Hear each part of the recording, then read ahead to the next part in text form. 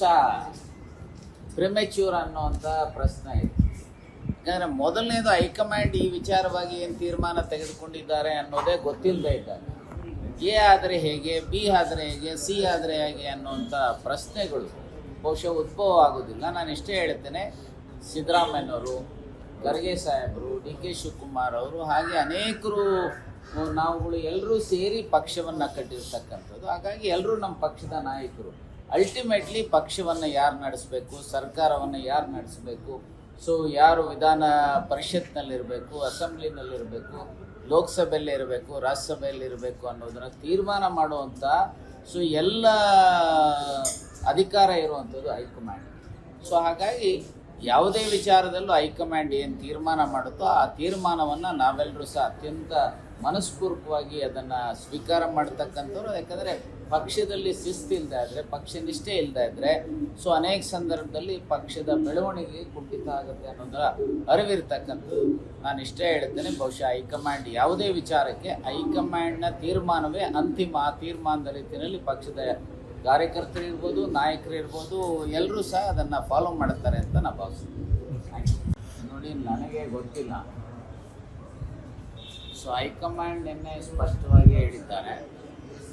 ನಿನ್ನೆ ಸಭೆ ಸೇರಿದಂಥದ್ದು ರಾಜ್ಯಸಭಾ ಮತ್ತು ವಿಧಾನ ಪರಿಷತ್ತಿನ ಏನು ಸೀಟ್ಸ್ ಇದ್ದಾವೆ ಆ ಸೀಟ್ಸ್ನ ವಿಚಾರವಾಗಿ ಸಭೆ ಸೇರಿದ್ವಿ. ಆ ಸಭೆಯಲ್ಲಿ ಚರ್ಚೆ ಮಾಡಿದ್ದೀವಿ ಅಂತೇಳಿ. ಯಾಕಂದರೆ ಅನೇಕರು ರಾಜ್ಯಸಭೆಗೆ, ವಿಧಾನ ಪರಿಷತ್, ನಾನು ಸೇರಿದಂತೆ ಅನೇಕರು ರಾಜ್ಯಸಭೆಗೆ ಆಕಾಂಕ್ಷಿಗಳಿದ್ದಾರೆ.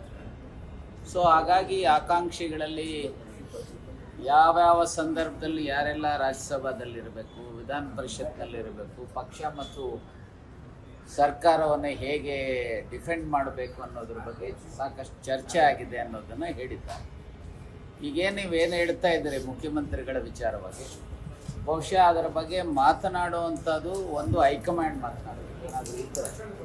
ಎರಡನೇದು ಸನ್ಮಾನ್ಯ ಸಿದ್ದರಾಮಯ್ಯನವರು, ಯಾಕಂದರೆ ಸೊ ಅವರೇನಾದರೂ ಮಾತನಾಡಬೇಕು. ಬಹುಶಃ ನನಗಿರೋ ಮಾಹಿತಿ ಪ್ರಕಾರ ಒಂದು ಸ್ವಲ್ಪ ಹೊತ್ತರಲ್ಲಿ ಇಲ್ಲಿಗೆ ಬರ್ತಾರೆ ಅವರು ವಿಧಾನಸೌಧಕ್ಕೆ. ನನಗಿರೋವಂಥ ಮಾಹಿತಿ, ನೀವು ಅವರನ್ನು ಹಾಗೇನಾದರೂ ಇದ್ದರೆ ಕೇಳ್ಬೋದು ಅಂತ ಕಾಣುತ್ತೆ. ನಾನು ಇಷ್ಟೇ ಹೇಳ್ತೀನಿ, ಊಹಾಪೋಹಗಳಿಗೆ ನಾನು ಒಬ್ಬ ಪಕ್ಷದ ಉಪಾಧ್ಯಕ್ಷನಾಗಿ, ಮಾಜಿ ಸಂಸತ್ ಸದಸ್ಯನಾಗಿ, ಮಾಜಿ ವಿರೋಧ ಪಕ್ಷದ ನಾಯಕನಾಗಿ ಸೊ ಊಹಾಪೋಹಗಳಿಗೆ ಉತ್ತರ ಕೊಡುವಂಥದ್ದು ಅಷ್ಟೊಂದು ಸಮಂಜಸ ಕಾಣೆ.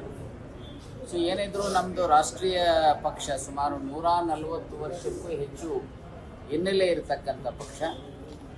ಸೊ ನಮ್ಮ ಪಕ್ಷ ಎಲ್ಲ ಸಂದರ್ಭದಲ್ಲಿ ಈ ರೀತಿಯ ಸರ್ಕಾರಗಳಿರ್ಬೋದು, ಪಕ್ಷ ಇರ್ಬೋದು, ಇದೆಲ್ಲರ ವಿಚಾರವಾಗಿ ಪಕ್ಷದ ಹೈಕಮಾಂಡ್ ತೀರ್ಮಾನವೇ ಅಂತಿಮ ಅನ್ನುವಂಥದ್ದು ಎಲ್ಲರ ನಿಲುವಾಗಿದೆ. ಸೊ ಹಾಗಾಗಿ ಯಾವುದೇ ತೀರ್ಮಾನ ಆಗಬೇಕಾದ್ರೂ ಹೈಕಮಾಂಡ್ ತೀರ್ಮಾನ ಮಾಡ್ತಾರೆ. ಸೊ ಅದನ್ನು ಬಿಟ್ಟು ನಾವೇನೇ ಮಾತನಾಡಿದ್ರು ಸಹ, ಅದರಲ್ಲೂ ನಾನಂತೂ ಪಕ್ಷದ ಶಿಸ್ತಿನ ಸಿಪಾಯಿ. ಸೊ ನಾವ್ಯಾರೂ ಸಹ ಹೈಕಮಾಂಡ್ನ ನಿರ್ದೇಶಕಗಳಿರುತ್ತೆ, ಅವರ ಫೈನಲ್ ಡಿಸಿಷನ್ ಆಗಿದೆ. ನಮಗೆ ಗೊತ್ತಿಲ್ಲದೆ ಇರೋವಂಥ ವಿಚಾರಕ್ಕೆ ಮಾತನಾಡುವಂಥದ್ದು ಅಷ್ಟೊಂದು ಸಮಂಜಸ ಅಲ್ಲ ಅಂತೇಳಿ ನಾನು ಭಾವಿಸ್ತೀನಿ.